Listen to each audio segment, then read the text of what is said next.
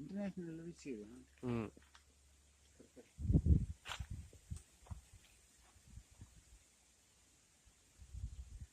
ಇಲ್ಲಿ ನಾನು ಹೇಳೋದೇನಂದ್ರೆ, ನನ್ನ ಪ್ರಶ್ನೆ ಇದೆ, ಈಗ ಏನ್ ಮಾಡಿದ್ದಾರೆ ಇವ್ರು ನನ್ನ ಖುಲ್ಲಾಪಡಿಸ ಏನ್ ಇವ್ರ ವಿಧಾನ ಇದೆಯಲ್ಲ, that amounts to destruction of forest in view of the Supreme Court judgement. ಈಗ ಇಲಾಖೆ ಅಧಿಕಾರಿಗಳು ಏನ್ ಮಾಡಿದ್ದಾರೆ ಅಂದ್ರೆ, ಅತಿಕ್ರಮಣ ನೆಪದಲ್ಲಿ ಅರಣ್ಯವನ್ನು ನಾಶ ಮಾಡಿದ್ದಾರೆ.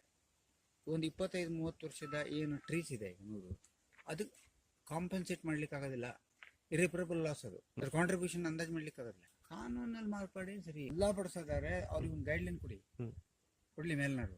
ಹೆಂಗ್ ಖುಲ್ಲಾಪಡಿಸೋದು ಏನು, ಎವಿಕ್ಷನ್ ಅಂದ್ರೆ ಏನು, ನಮ್ಮನ್ನಲ್ಲಿಂದ ಹೊರಗೆ ಹಾಕ್ಬೇಕು.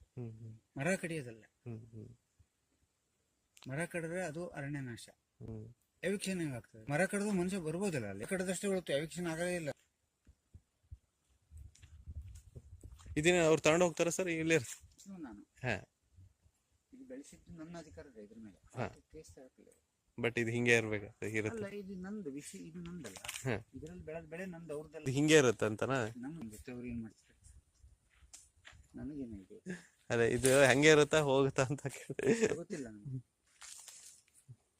ಈಗ ಎಂತ ಆಯ್ತು ಮಾಡಿದಾರ ಗೊತ್ತಿಲ್ಲ. ಪಂಚನಾಮೆ ಮಾಡಿದಾರ, ವರ್ಷಕ್ಕೆ ತಗೊಂಡ್ರ ಇಲ್ಲ, ನನಗೆ ನೋ ನಾಲೆಜ್. ಈಗ ತಗೋಬೇಕು ರೈಟ್ ಇನ್ಫಾರ್ಮೇಶನ್ ಆಕ್ಟ್. ನನಗೇನು ಕೊಟ್ಟಿದ್ದಾರೆ ಅವರು? ಪಂಚನಾಮೆ ಮಾಡಿದಾರ ಇಲ್ಲ, ಎವಿಕ್ಷನ್ ಮುಗಿದದೇ ಇಲ್ಲ, ಇದು ಏನು ಮಾಡಿದ್ರು, ಇದೆಲ್ಲ ಇಲ್ಲೇ ಇಟ್ಟು ಹೋಗಿದಾರ, ಪಂಚನಾಮೆ ಮಾಡಿ ಅವ್ರನ್ನ ಮಾಲ ನಮ್ದ ಅಂತ ನನಗೆ ಅರ್ಥ ಇಲ್ಲ. ನಮ್ಗೇನು ಇನ್ಫಾರ್ಮೇಶನ್ ಇದೆ? ಈ ಗೂಂಡಾವರ್ತನೆ ಇದು ಮಾಡಿ ಹೋದ್ರು ಅವರು, ನನಗೇನು ಗೊತ್ತಿಲ್ಲ. ಏನು ಮಾಡಿದ್ದಾರೆ ಮುಂದೆ ಇದೆಯಾ? ನನಗೇನು ತಿಳಿಸಿದ್ದಾರೆ ಅವರು? ಏನಾಯ್ತು ಗೊತ್ತಿಲ್ಲ ನನಗೆ. ಅವ್ರ ಪೇಪರ್ಸ್ ಒಳಗೆ ಏನಾಗಿದೆ ಗೊತ್ತಾಗಲಿಲ್ಲ ನಮ್ಗೆ ಇವತ್ತಿನವರೆಗೆ. ನಾನು ಬೇಕಾದ್ರೆ RTI ತಗೋಬೇಕು, ತಿಳ್ಕೊಬೇಕು. ನನಗೇನು ಮಾಹಿತಿ ಇಲ್ಲ. ಅವ್ರು ಏನು ಮಾಡಿ ಹೋದ್ರು ಹೇಳೋದು ಬೇಕಲ್ಲ ನಮಗೆ, ಅದು ನಮಗೆ ಗೊತ್ತಿಲ್ಲ. ಇಲ್ಲಿ ಕೊಡೋದು ನಮಗೆ ಕಣ್ಣಿಗೆ ಕಾಣೋದು ನಮ್ಗೆ ಗೊತ್ತದು.